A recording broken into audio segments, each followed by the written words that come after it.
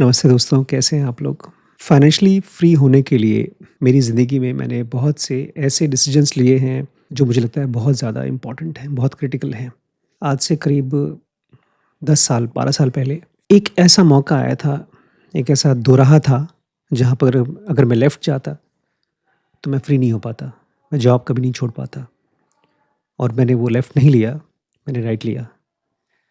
आज मैं उसके बारे में इसलिए बात कर रहा हूँ क्योंकि वैसा ही कुछ एक मेरे फ्रेंड के साथ हो रहा है। उसको भी वही डिसीज़न लेना है, तो मैंने उसको मना किया। लेकिन अक्सर ऐसा होता है कि हम लोग डिसीज़न्स लेते हैं अपने बायस से। हमारे आस-पास के लोग क्या बोल रहे हैं, हमारे बैंकर्स हमसे क्या बोल रहे हैं इस चीज़ पर, ना कि अपनी समझ से। समझ से डिसीज़न लेना है भी बहुत मुश्किल क्योंकि हमारे पास अपनी समझ डेवलप भी कहाँ होती है। हम एक तरह से हर्ड मेंटालिटी, ग्रुप थिंकिंग से ही तो काम करते हैं। हम जानना चाहते हैं कि लोग क्या कह रहे हैं, हमारा भाई क्या कह रहा है, हमारे पिताजी क्या कह रहे हैं। हुआ ये कि परसों एक मेरे फ्रेंड को एक ज़मीन देखा उसने, बहुत अच्छी लगी उसको ज़मीन, तकरीबन 25 लाख रुपए की ज़मीन है। जब मैं फ्रेंड कह रहा हूँ तो उस मुझसे उम्र में बहुत कम है, बट उसकी सैलरी बहुत अच्छी है, 1 लाख रुपए से ज़्यादा सैलरी है। तो उसको ज़मीन बहुत अच्छी लगी और उसने डिसाइड किया कि मुझे ज़मीन खरीदना है। सेविंग्स में उसके पास 5 लाख रुपए हैं और बाकी 20 लाख रुपए वो कह रहा था मैं लोन ले लूँगा और फिर ये ज़मीन खरीद लूँगा मैं। एग्ज़ैक्टली यही मौका मुझे आज से करीब 12 साल पहले मिला था और मैंने नहीं खरीदा। मेरे पास भी ऐसे ही कुछ 10-15 लाख रुपए थे और मैं ज़मीन नहीं खरीद रहा था, मैं एक फ्लैट खरीद रहा था। मेरे पिताजी ने मुझसे कहा कि अपना इन्वेस्टमेंट के लिए एक फ्लैट खरीद लो। मेरे साथ-साथ और भी लोग थे, काफ़ी लोगों ने इन्वेस्टमेंट किया, बट मैंने नहीं किया। वो एक जंक्चर, वो एक पॉइंट ऐसा है, जहाँ पर मुझे बहुत मन कर रहा था क्योंकि मेरे आस-पास सभी लोग इन्वेस्ट कर रहे थे उस फ्लैट में, लेकिन मैंने नहीं किया और वही सबसे सही डिसीज़न था। मैंने बाद में खरीदा, मैंने कई ज़मीनें खरीदी, हमारे पास अपना घर भी है। मेरे पास 1 नहीं 2-2 घर हो चुके हैं अब। लेकिन अगर मैंने उस पॉइंट पर वो फ्लैट ले लिया होता, तो मैं अगले 20 साल के लिए शायद फँस जाता। क्योंकि जब भी हम लोन के साथ काम करते हैं, उधार के साथ काम करते हैं, हमारा दिमाग इस चीज़ को प्रोसेस नहीं कर पाता। हमारे ब्रेन के लिए जो भी हमारे अकाउंट में पैसा आया है, वो हमारा पैसा है। उसको बाद में भरेंगे तो भर देंगे, बट अभी फ़िलहाल हमारा है। और अक्सर ऐसा होता है कि हमारी सैलरी जो हर महीने आती है, हमको ऐसा फ़ील कराती है कि वो हमारी औकात है। 1 लाख रुपए की सैलरी है और हर महीने हमको 20,000 रुपए ईएमआई देना है, तो 1 लाख में से 20,000 तो दे ही देंगे। और ऐसे ही छोटे-छोटे-छोटे ढेर सारे अमाउंट्स होते हैं जो हम अगले 20 साल, 30 साल, 40 साल के लिए बाँध देते हैं और यही हमारे गले की घंटी बन जाता है, यही हमारा जेल हो जाता है।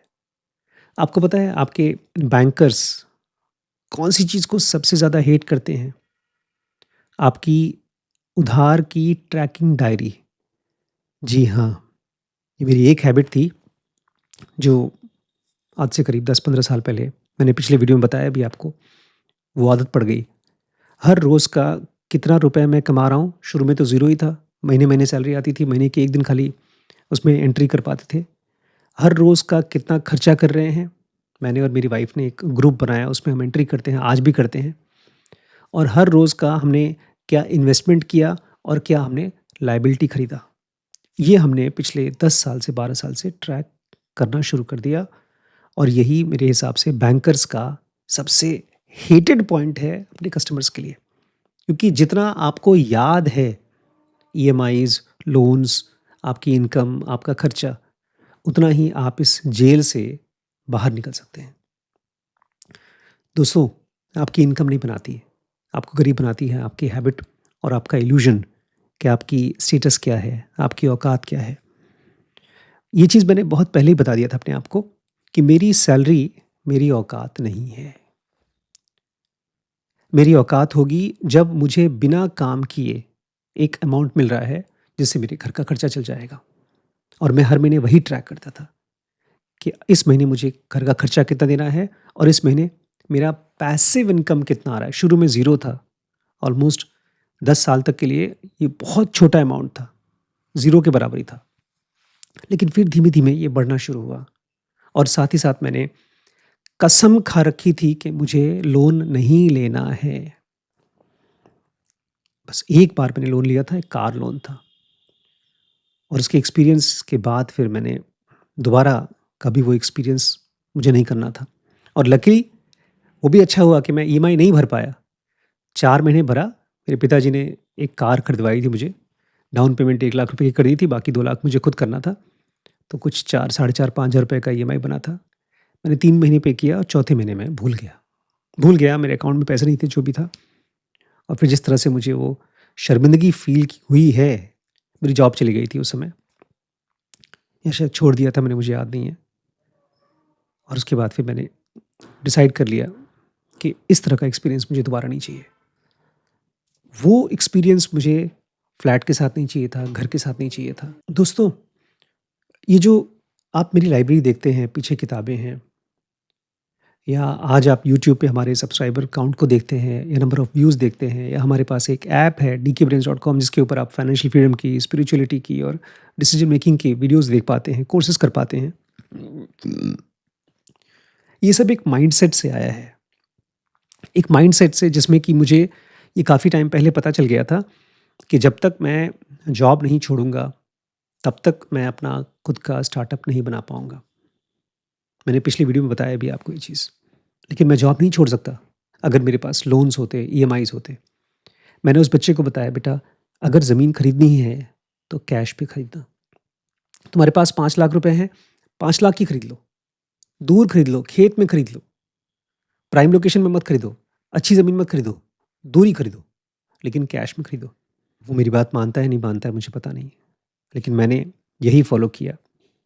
इनफैक्ट जो पहली ज़मीन मैंने खरीदी थी, वो मेरी वाइफ़ को पसंद ही नहीं थी। अब तो हमने बेच भी दी, उसके बाद हमने दूसरी ज़मीन खरीदी है। बट ये बड़ी इंपॉर्टेंट चीज़ है दोस्तों, मैं आपको दिमाग में चाहता हूँ आप बैठा लें कि जो भी आपकी सैलरी है और उसके बदले में जितना भी लोन मिल सकता है आपको, मेरे सर पे एक लोन नहीं है। मतलब बहुत किस्मत की बात है। ऐसा नहीं कि लोन मिलने का मौका नहीं आया, आए दिन मुझे फ़ोन आते रहते हैं।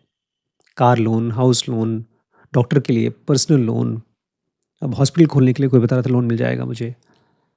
लेकिन मैं अपने आप को मान के चलता हूँ कि मैं बहुत मूर्ख इंसान हूँ, बहुत ही बेवकूफ़ हूँ। मुझे आता नहीं है फाइनेंशियल मैनेजमेंट। जब तक आप खुद को ऐसे नहीं बताएँगे, तब तक आपको ये रिस्क लेना, लोन के पैसे के साथ में जो रिस्क लेना है, तब वो आप अपने आप को बचा नहीं पाएँगे उससे। ध्यान रखिएगा, फाइनेंशियली फ्री होने के लिए आपको हर्ड मेंटालिटी से काम नहीं करना है। हर्ड मेंटालिटी मतलब लोग, भीड़ की दिमाग से।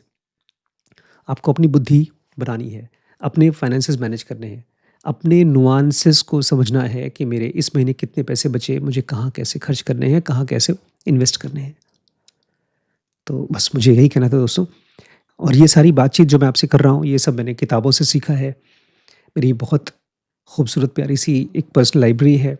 इसमें हम लोग रोज़ कुछ न कुछ पढ़ते हैं, बिज़नेस के बारे में, स्टार्टअप्स के बारे में, फाइनेंसेस के बारे में, स्पिरिचुअलिटी के बारे में, डिसीजन मेकिंग के बारे में। अगर आप भी चाहते हैं उसका मेंबर बनना, तो हमारे साथ dkbrains.com में इनवाइटेड हैं। ये नंबर है, इस पे कॉन्टैक्ट कर लीजिए।